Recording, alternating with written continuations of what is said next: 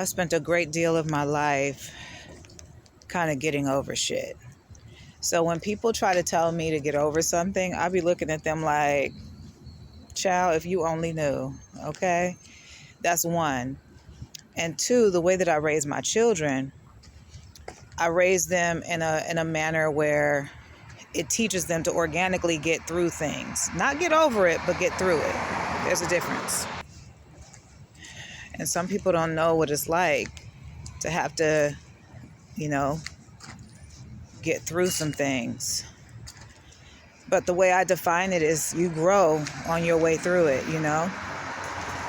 You grow through it. I learned that term from a woman that I used to go to church with, and she fell on hard times and she needed to come and stay with us for a while. And she blessed us with so much while she was with us.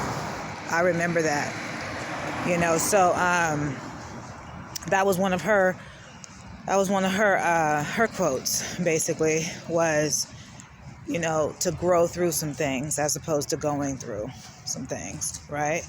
So when you're trying to get through something, you have to pay more attention to the growth process.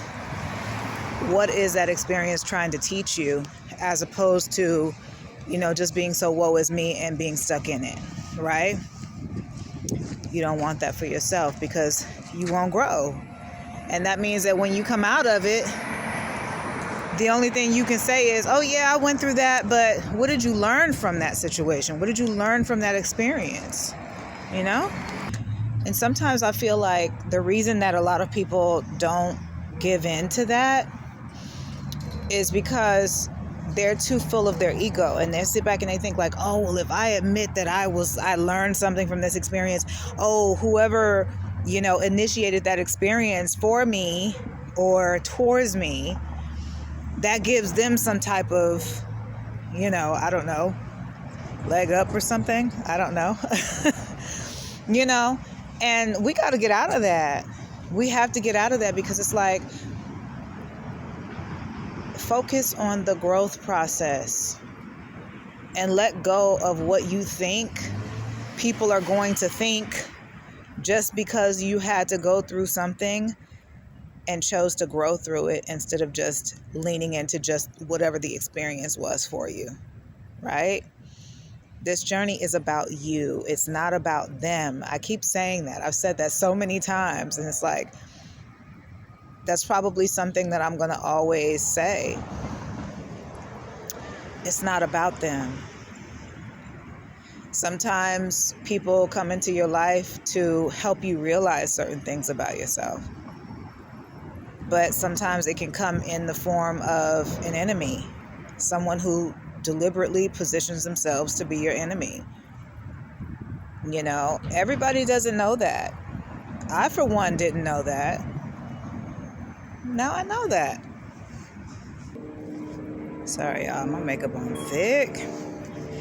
Anyway, so, and that doesn't make me any kind of, any level of naive. Everybody doesn't think that way. Everybody doesn't sit back and just personally, that's the first thing in their mind is like, everybody's my enemy. No. Some people still believe in friendship. Some people still believe in being, you know, a genuine person to people. Everybody doesn't believe in being, you know, deceptive to one another. I'm proud to be one of those people. And whatever the lesson is that I learned, just understand that I'm proud to have learned it. I don't feel no type of way about it. It makes me happy that now I have something extra that I can add to my toolbox. So when I'm advising other people, I have something that's genuine to pull on. I don't have to pull from some quote I found on Instagram. So back to what I was saying, though. I feel like the reason that I'm that way, and the reason I raised my family that way, is because we shouldn't aspire to get out there in the world and use people as supply.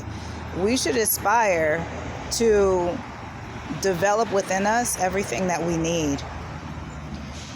There is nothing that anyone else can give you for you that is specifically and uniquely made for you that you shouldn't be able to give to yourself. And if you find yourself in a position where you become codependent upon someone else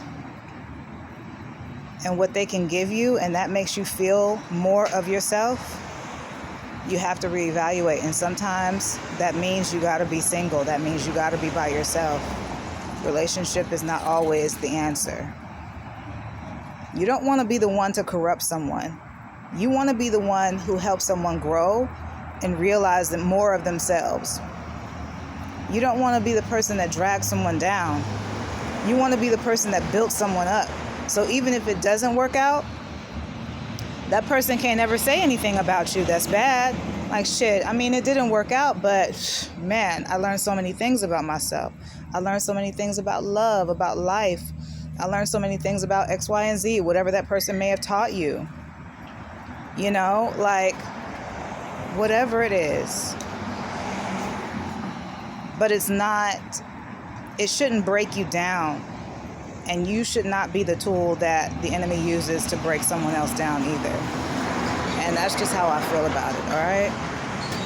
Now, I'm not going out here asking everybody to become angels because, baby, we know that's not possible and that's not going to happen. We need balance in every aspect of life. That means some good people, some people are bad. But I truly believe that, okay, Bentley truck, I see you. Okay, Bookie, good morning. Okay. Anyway, I still didn't like the color, but that's okay. Whatever. Anyway, but that's beautiful. Must be a 2024. Anyway, sorry, y'all. I'm shopping cars because remember my affirmation, I was supposed to already had a car by now. But considering what I'm going through and how I'm moving throughout life and how I'm moving carefully through each chapter, I understand why it's time to just kind of like, don't rush it. Let things progress the way that they need to progress. But anyway, like I was saying, I don't think that being too much of one way is healthy for any of us. The good people need a little bit of bad, and the bad people need a little bit, maybe a lot of bit of good. I'll talk to you guys on the next one, okay? Bye.